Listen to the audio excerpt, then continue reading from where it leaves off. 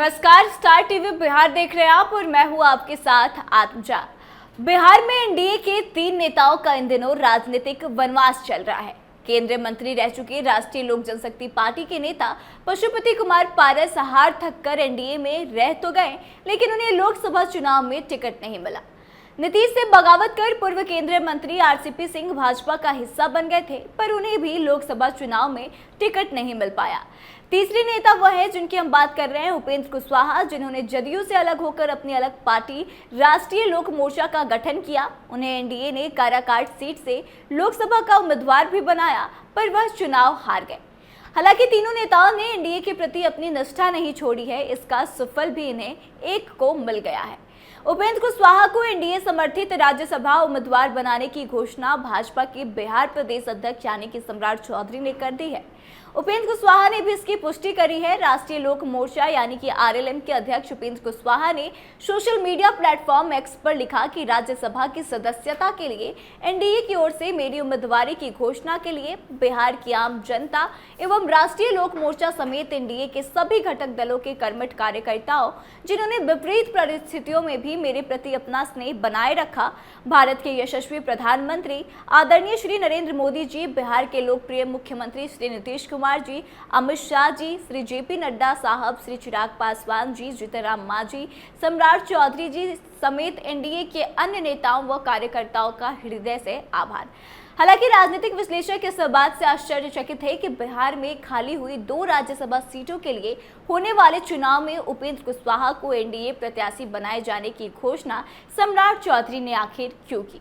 आमतौर पर भाजपा के सारे फैसले राष्ट्रीय नेतृत्व की तरफ से किया जाता है। इस तरह की घोषणाएं भी केंद्रीय स्तर से ही की जाती है। जहां तक कि बिहार का सवाल है तो फिलहाल के वक्त में नीतीश कुमार बिहार में एनडीए का एक बड़ा चेहरा है।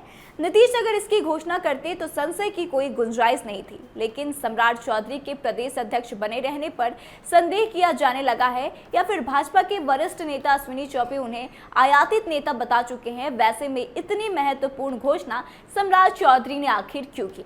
दरअसल लोकसभा चुनाव परिणामों की समीक्षा के दौरान यह बात चर्चा में आई कि काराकाट से उपेंद्र कुशवाहा इसलिए चुनाव हार गए कि सम्राट चौधरी ने खुलकर उनकी मदद नहीं करी। दूसरी चर्चा यह भी हुई कि भाजपा के साथ रहे पवन सिंह को किसी रणनीति के तहत काराकाट में उतारा गया। इससे राजपूत वोटों का विभाजन हो गया। पवन के भाजपा से निष्कासन में भी विलंब किया गया। इससे मतदाताओं में कंफ्यूजन पैदा हुआ। इंडिया ब्लॉक से कुशवाहा बिरादरी के ही सीपीआई एमएल के राजा राम सिंह ने 2 के झगड़े में बाजी मार ली। उपेंद्र कुशवाहा तीसरे नंबर पर चले गए। पवन सिंह ने अगर वोट नहीं काटे होते तो उपेंद्र कुशवाहा की जीत में किसी को कोई भी शक नहीं था। इसका खामियाजा एनडीए को इस रूप में भुगतना पड़ा कि शाहाबाद अंचल की 5 सीटें उन्हें गंवानी पड़ी। प्रतिशोध में शाहाबाद अंचल के कुशवाहा वोटरों ने एनडीए के दूसरे उम्मीदवारों का साथ नहीं दिया। भाजपा ने इस कलंक को मिटाने के लिए ही शायद सम्राट चौधरी को इसकी घोषणा की जिम्मेवारी सौंपी हो। अगर सम्राट चौधरी के दावे में दम है तो उपेंद्र कुशवाहा का राजनीतिक वनवास अब खत्म हो जाएगा। पर अब भी 2 लोग बचे हुए हैं जिन्हें अपने भाग्य का ताला खुलने का इंतजार है। इनमें एक है चिराग पासवान के चाचा पशुपति कुमार पारस। पारस ने चिराग को धोखा देकर केंद्र में मंत्री पद हासिल कर लिया था। बाद में वे एनडीए में अपने 4 सीटिंग सांसदों के लिए टिकट मांगने लगे। एनडीए ने जब उनकी बात अनसुनी कर दी तो उन्होंने इंडिया ब्लॉक में भी जाने के लिए अपने हाथ पांव मारे थे। बात नहीं बनी तो थक हार कर उन्होंने एनडीए में ही बने रहने का फैसला लिया। हालांकि चुनाव के दौरान एनडीए ने उन्हें कोई जिम्मेवारी नहीं सौंपी। पूर्व केंद्रीय मंत्री आरसीपी सिंह को लोकसभा चुनाव में किसी ने नहीं पूछा। उन्हें भी अपने पुनर्वास का इंतजार है, क्योंकि जब जदयू 2022 में बीजेपी से अलग हुई थी, उसने इसका पूरा ठिकरा आरसीपी सिंह पर ही फोड़ा था। इसके बाद आरसीपी भी जदयू से नाता टूटने के बाद बीजेपी खेमे का हिस्सा बन गए थे। तब से लेकर अब तक वो बीजेपी के लिए वफादार तो है, लेकिन इसका इनाम उन्हें अब तक नहीं मिला।